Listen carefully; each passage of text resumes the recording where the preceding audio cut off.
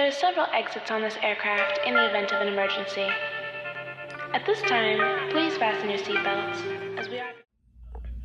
Good evening, everybody. Welcome back to another vlog of mine. My name is Thomas. I am Traveling Gun. And for all my returning subscribers, thank you for the support. To my new subscribers, if you're new here, hit the subscribe button down below. Today is 9/11. I remember where I was 9/11 20 years ago. I think it was. Yeah, 20 years ago, almost. I was in health class, and I was a senior in high school, and I was in health class. And my coach came in, started teaching class, and then one of my other coaches came in. They left out, came back in, he turned on the TV. I saw the second plane hit the tower, like exactly. Because at first it just seemed so unreal. We was like, why is that plane flying so low? And then it was like, boom. And actually, since I've been in aviation, this is my first time actually working on 9/11. And, you know, I guess I don't feel a certain type of way as far as working, because I wasn't in this field during 9/11. I didn't, you know, I was still in high school. I was a kid. Of course, granted, I knew the magnitude of it, but because they canceled games, football games that week, all sporting events, but it started back up the next week. And yeah, that's all I can really tell you about my 9/11 experience. I do remember where I was, and I'll probably never forget it, because that's the most devastating thing that has happened to, you know, that I've witnessed, I should say, as, you know, during my time, as far as something like that. Also today, you know, a lot of people with the whole all buildings matter thing, and, you know, you have your, I'm like this, you can have your opinion about how you feel about doing things or whatever. Like I said, I wouldn't do that, because that's just not me. You know, regardless of, they're doing it to us, so why not do it back to them? I live by that motto: do it to others as you want them to do unto you. Now, whether they do it or not, that's up to them, but I'm not going to go lower my morals and what I believe in and try to low blow because somebody else is doing something. But other than that, today I had one leg, which was from Atlanta to Mobile. It's a late report. I mean, a late ending. It's 9 o'clock here, 10 o'clock Eastern time. Tomorrow I don't leave until 5:35. So I have like 19 hours here in Mobile. That's all I have for you all today. The gym is open, and I'm going to go work out, because I couldn't remember if the gym was open or not. I've been here before during the pandemic, but I just couldn't remember if it was open or not. So I'm going to get up. And tomorrow they do have breakfast, but it's not buffet style. But it is enough to make me intrigued to get up. I'm going to set my alarm to get up for breakfast. And if I do, I do. If I don't, it is what it is. You know, I like to sleep through breakfast and get as much sleep as possible. So I'll see you guys tomorrow morning. If I get up in the morning or not, I'll see you that afternoon, everybody. So today's day 2. Today is day 2 of 6. I slept very well, did not wake up for breakfast per usual. I have 2 legs today. I just go from Mobile to Atlanta to Asheville. Then I'm done for the day. And the next day is going to be the doozy. And I'll explain to you what I did and why I did what I did to set myself up. Pretty much is what I did. There is no new update. We don't have any news to report at this time. So I'm gonna finish getting ready, and I get down to my van at 4:30. So I'll see you guys a little bit later on tonight.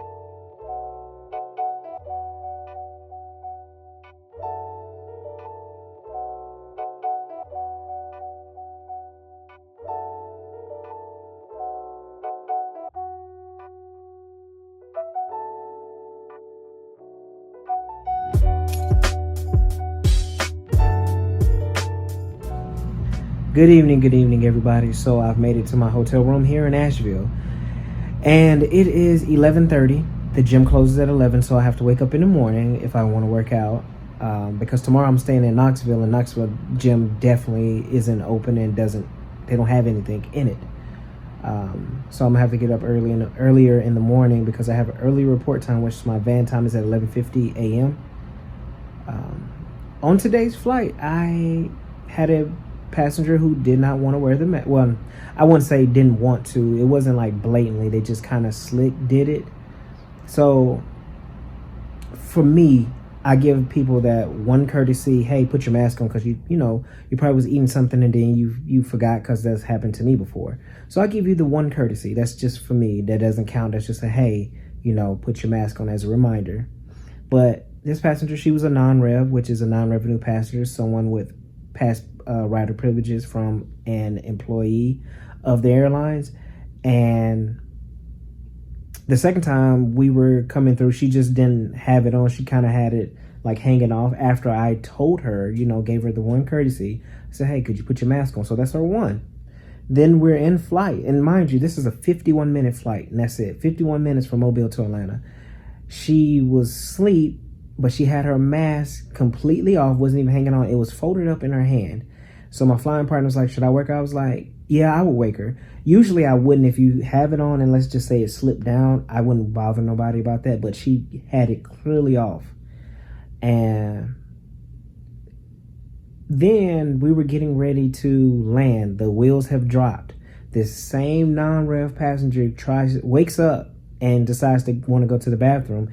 And my flying partner's like, no, you can't, because we're finna get ready and land, which she can't, because we don't know how long she's going to be in the bathroom, and we cannot land with someone in the lavatory because that's a FAR, and we have to write that up, and it's a lot of paperwork. Don't want to do it.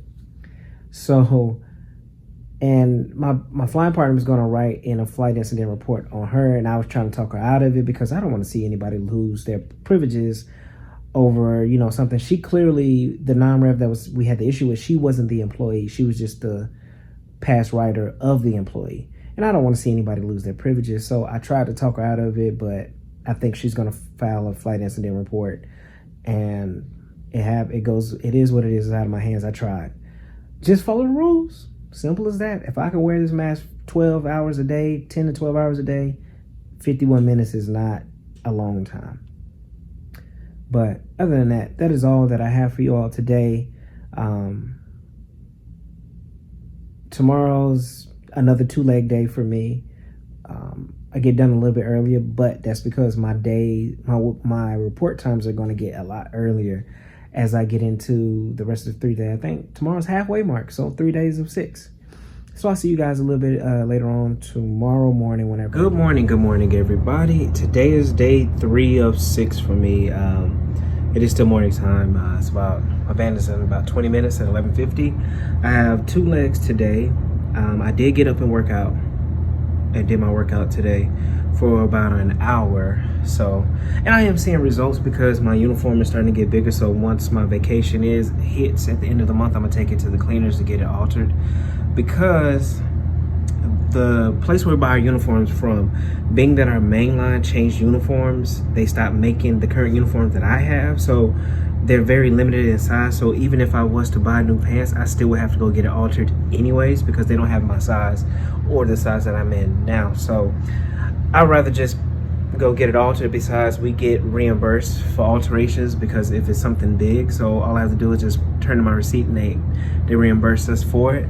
Other than that, that is it. Let me get my stuff in my bag here. So I love these things. Clearly Canadian. This is about as close to sparkling water as I will get. I hate the fact that they're super expensive now. You can only buy them from Kroger, if you have a Kroger. I'm not for sure anywhere else. I haven't seen them in Publix, nor have I seen them in Whole Foods, and I've been there before. So the only place I've ever seen them was in Kroger's. Walmart doesn't even have them either. So if you like clearly Canadian, Kroger is about the only place that I've seen them. Now, I'm not for sure about Ralph's or Trader Joe's or anything like that, because I don't live near anything like that. So, but that's about like I said, sparkling water is nasty. I've tried it, but that right there is about the closest I would get to sparkling water. It's just good. I mean, had it since I was a child. But I'm gonna get ready to get on this van, and I'll see you guys a little bit later on today.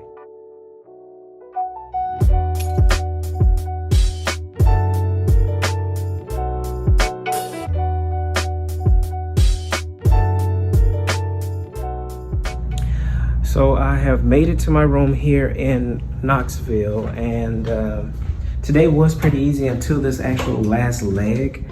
We had severe turbulence, and what I mean by severe, it wasn't like consistent shaking. So at first it was, you know, a little bit of rough, and then next thing you know, we all got lifted like 3 inches up out of the seat, like everybody, the whole plane did.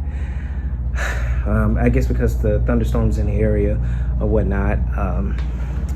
Today I'm taking it easy. I'm not gonna go to the gym since I worked out this morning. I have 6 legs tomorrow, and I'll explain to you tomorrow why I did what I did and why I ended up with 6 legs. So right now I'm gonna run over to Sonic's to get me a slushie, come back. I need to edit a vlog while watching this Patti LaBelle and Gladys Knight versus. So if you watched it, let me know what you think about it, if you saw it, or who you think won, because of course everybody that are Patti LaBelle fans are gonna say, oh, Patti won, and everybody's Gladys Knight's gonna say, oh, Gladys won. But I just think it's good for the soul, in a sense, for people who grew up on that music, and just people, the newer generation, who are gonna discover Patti LaBelle and Gladys Knight for the first time. I think it is Patti LaBelle and Gladys Knight. Just want to make sure. So it's good for everybody all around. You know, good for us oldies who grew up with it, and the nostalgia that it brings when they, you know, from their music, into the new generation who are discovering them for the first time, and maybe it can bring that same type of feeling that it brought, you know, us older people who grew up on her music. So I'll see you guys a little bit later on tomorrow morning, which it is an early report. I have a 5:15 van. So I'll see you guys tomorrow when I wake. Good morning, everybody. It is I think I'm on day 4. What's today, Monday? Yeah, day 4 of 6 for me. And I have 6 legs today. So originally I had 4, but I had like a 4.5, close to a 5-hour sit in Atlanta, and I didn't want to sit that long. And by the time they gave me a day room, but by the time I get to the hotel, because this particular hotel, they're never there waiting for you. Then when you call them, they take almost 35 to 45 minutes for them to get to the airport for whatever reason. And by the time you get to the room, I have to go back through TSA. So I was just like, let me just pick up a turn, and that way I don't have to sit. And I know what some of y'all might say, why not go home? Well, because I'm one of those people, if I go home, it's gonna be hard for me to come back and wanna go back to work again. So that's why I try to avoid going home, unless it was like a 7-hour sit or something like that, which I've had those before. And the issue is when I get back from Fayetteville, I supposedly have a 37-minute sit, unless planning done something very creative to where I'm on the plane. I keep the same plane that I come in on to go to Gulfport today. It's going to be hard for me to make that 37, or for the plane to leave on time for that 37-minute connection that I have when I come back from Fayetteville, unless I'm going to the next gate right next door. So, I mean, they approved it. So it's not like I did this on purpose so I wouldn't have to work that turn. I didn't really pay attention. I was just like, I don't want to sit. And I just picked up a turn, and they approved it. So obviously they felt like they're going to do something creative, which I think that's what they're going to do. Either I'm going to keep the plane, or I'm not going to have to go that far down the terminal in order to catch the next flight for my next, to Gulfport. So, I'll see you guys a little bit later on after my little 6 legs. I ended up back in Mobile tonight, and we'll see what happens for the rest of the day. So I'll see you guys a little bit later. So I'm down on leg 2, so I have an update. If you haven't been keeping up with the weather, well, it's not hurricane yet, but Tropical Storm Sally is making her way towards the Gulf Coast, and I'm supposed to do a Gulfport turn and end up in Mobile tonight, which that's in the Gulf Coast, and it's supposed to be a hurricane by tomorrow. So I don't know, my company hasn't canceled anything yet or changed my schedule, modified it yet, but I'm hoping that they do. That means I get to go home. They can put me on time available, because the rest of my trip I go back to like Louisiana, Mississippi, so they can cancel that and I still get paid for it. So we'll see what happens once I get back to Atlanta. Hopefully they actually cancel it. So update, the Lord says ask and ye shall receive. So they canceled my mobile overnight, so now I'm on time available, but now I gotta go to GoPro, but I could get stuck in GoPro. So I'll see you guys a little bit later on. So I realized as I was editing this vlog that I didn't provide an update of what happened to me on this 6-day trip. So what eventually happened was I was canceled for the last 2 days of my trip, was put on time available, and I got to go home for 2 days, so I had 2 extra days off on top of the 2 days off that I had afterwards. Still got paid because I'm pay protected. I just don't get the per diem that I would have gotten for the trip because I was just at home on time available. So again, I did ask to be canceled, but in a sense of it was because of the weather. I do pray that everybody who was affected by Hurricane Sally, you know, everything works out to their benefit. And also with Hurricane Laurel that went through Louisiana, I do have a co-worker and a fellow YouTuber, Destination Destiny, who was affected by it, and her family had to evacuate. So I do hope everybody pulls through, and I'm praying for you all. Until next time, everybody be safe. I'm out. Phone call, and I'm ready to blow, y'all. About to go, y'all. Been a pleasure to know, y'all. And I'm letting you know.